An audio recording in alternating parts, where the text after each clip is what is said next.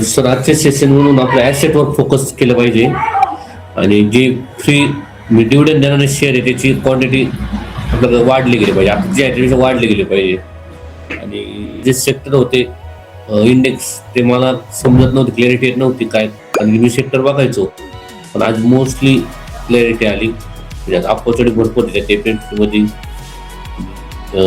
पुन्हा जे कोलगेट सांगितलं, कोलगेट मी वॉच लिस्टलाच होतं, मला बघतच होतं पण ते मला कळत नव्हतं, पण आज त्याचे भरपूर कळाले. ज्यांनी आपल्या याच्यात जे डिव्हिडंड देणारे स्टॉक आहे ते जर का आपल्याला जास्त फ्री झाले तर ते आपल्याला कन्सिस्टंट आपल्याला पॅसिव्ह इन्कम जनरेट करू शकतात. Thank you sir.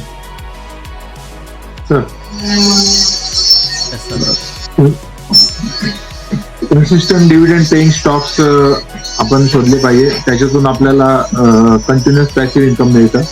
हे आजच्या सेशन मध्ये आपण बघितलं, तर त्याची वॉचलिस्ट बनवायची.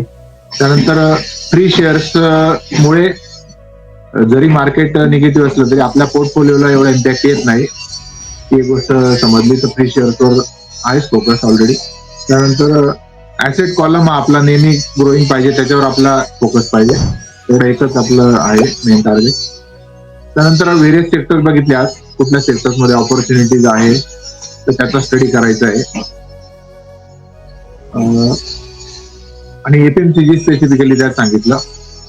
Yes, thank you sir. Good morning. मी आज लेट जॉईन झालो होतो, मी ट्रॅव्हलिंग मध्ये होतो. परंतु जेव्हापासून मी जॉईन झालो त्यातले मला जे इन्साइट मिळाले ते मी थोडक्यात सांगतो. पहिली गोष्ट की मला जे क्वेश्चन्स होते की काही जे निफ्टीमध्ये मी बघायचो की काही निफ्टी कॉन्स्टंटली राहायचे परंतु त्यातले सेक्टर्स पूर्ण चालत नव्हतं. तर ते मागे पण तुम्ही सांगितले होते की हे आता जसं कोविड नंतर कुठल्याही सगळेच सेक्टर असं अगदी इझिली चालायचे, तर तसं चालणार नाहीये. तुम्हाला स्पेसिफाय करता आला पाहिजे कोणता स्टॉक, त्याच्यातला कोणता चालणार त्या सेक्टर मधल्या स्पेसिफिक.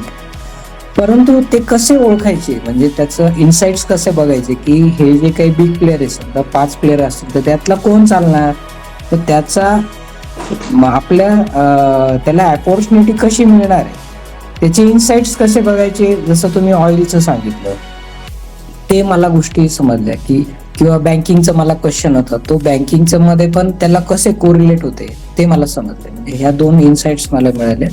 त्याच्यानंतर डिव्हिडन्स देणारे जे स्टॉक्स आहेत ते त्याची लिस्ट ऑलरेडी आहे आणि ते बघितले पण जातात. परंतु ते सेक्टर्स मधले जे ते स्पेसिफिक स्टॉक्स आहेत जे डिव्हिडंड पेइंग आहे त्यांच्यामध्ये रॅली नाही मिळत, परंतु डिव्हिडंड्स खूप छान मिळतो. जो पोर्टफोलिओचा जो रिटर्न्स आहे तो फुलफिल करणारा असतो, तो त्याचा पण एक चांगला ग्रुप माझ्या पोर्टफोलिओला पाहिजे जो कंटिन्युअस डिव्हिडंड देणारा पाहिजे. जसे मी ITCचे पण ठेवलेले आहे आणि मागे 2 पोस्ट पण मी केलेले होते जे ठेवण्याचा मी प्रयत्न करतो अपॉर्च्युनिटी आला. सो मी जरी लेट जॉईन झालो परंतु मला चांगल्या इन्साइट्स मिळाल्या. Thank you sir. Sir good morning. Sir आजचे इन्साइट असे आहे की आपण पुढे जात असतो परंतु बेसिक विसरत चालतो, तर बेसिक विषयावर नाही गेलं पाहिजे कारण ते फाउंडेशन असतं कोणत्या गोष्टीचं, कोणत्या फील्डमध्ये. त्यानंतर फ्रीचे जे शेअर्स असतात त्याच्यावर काय वॉच असलं पाहिजे, कारण मार्केट 50% जरी डाऊन झालं तरी त्याचा त्या फ्री शेअर्सवर जास्त इम्पॅक्ट होत नाही. आणि ज्या पद्धतीने आज तुम्ही शेअर केले इन्फ्रास्ट्रक्चर वगैरे, त्याच्यामध्ये स्टील असेल, सिमेंट असेल, तर ज्यामध्ये मी काम करते तर ते शेअर्स बघून आणि त्यामध्ये कसं ग्रो करता येईल हे मला आज कळाले. थँक्यू.